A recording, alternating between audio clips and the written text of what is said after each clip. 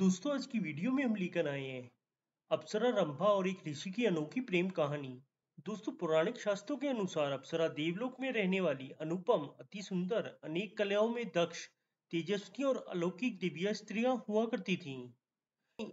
यूं तो बताते हैं कि देवराज इंद्र की स्वर्ग में हजारों की संख्या में अप्सराएं थीं और रंभा उन्हीं में से एक प्रमुख अप्सरा थी।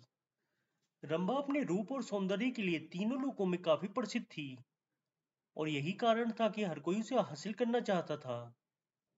दूसरी ओर एक महान ऋषि थे जिनका नाम था शेषी नारायण। ये तिगत राज्य के कुलगुरु थे और उन्होंने सिद्धियां प्राप्त करने के लिए 12 साल का कठोर तप शुरू किया। इस दौरान उन्होंने पूरी तरह से ब्रह्मचार्य व्रत का पालन किया, पर इस बीच किसी ने उन्हें नपुंसक कह दिया और ये बात ऋषि को काफी चुभ गई। उन्होंने प्रण लिया कि वो एक ऐसे पुत्र को जन्म देंगे जिसे इस पूरे संसार में कोई नहीं हरा सकेगा। और अपने इस उद्देश्य की पूर्ति के लिए ऋषि शेषी नारायण भगवान शिव की आराधना में लग गए। एक दिन शिव जी उनसे प्रसन्न हुए और उन्हें अजय पुत्र का वरदान दे दिया।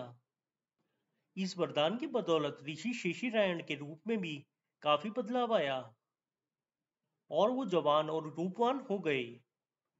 कुछ दिनों बाद ऋषि शेषी नारायण रास्ते से गुजर रहे थे और पास के जन्ने में उन्होंने एक सुंदर स्त्री को क्रीड़ा करते हुए देखा। इस स्त्री को देखते ही ऋषि उस पर मोहित हो गए और वो स्त्री कोई और नहीं बल्कि स्वर्ग की अप्सरा रंभा थी। रंभा की नजर भी जैसे ही ऋषि शेषनारायण पर पड़ी, वह भी उनकी सुंदर देह पर काफी मोहित हो गई और प्रेम में पड़े ऋषि और अप्सरा साथ साथ रहने लगे। दोनों के बीच संबंध बने और रंभा ने एक पुत्र को जन्म दिया जिसका नाम कालयवन रखा गया। हालांकि कुछ अवधि बाद रंभा अपना पुत्र ऋषि को सौंपकर स्वर्गलोक लौट आईं। आगे चलकर मलीज देश के राजा ने कालियवन को गोद ले लिया और वरदान के अनुसार कालियवन बहुत प्रतापी निकला।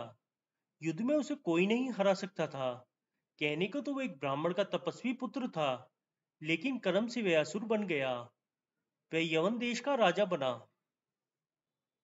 दोस्तों, अगर आप कालियवन से जुड़ी और जानकारी चाहते हैं तो आप कमेंट करके हमें बताएं। हम आने वाले समय पर उस पर भी एक वीडियो जरूर बनाएंगे। फिलहाल ये कहानी बस यहीं तक। आप लोगों को ये वीडियो कैसा लगा कमेंट करके बताएं और ऐसी और वीडियोस देखने के लिए आज ही हमारा चैनल सब्सक्राइब कर लें।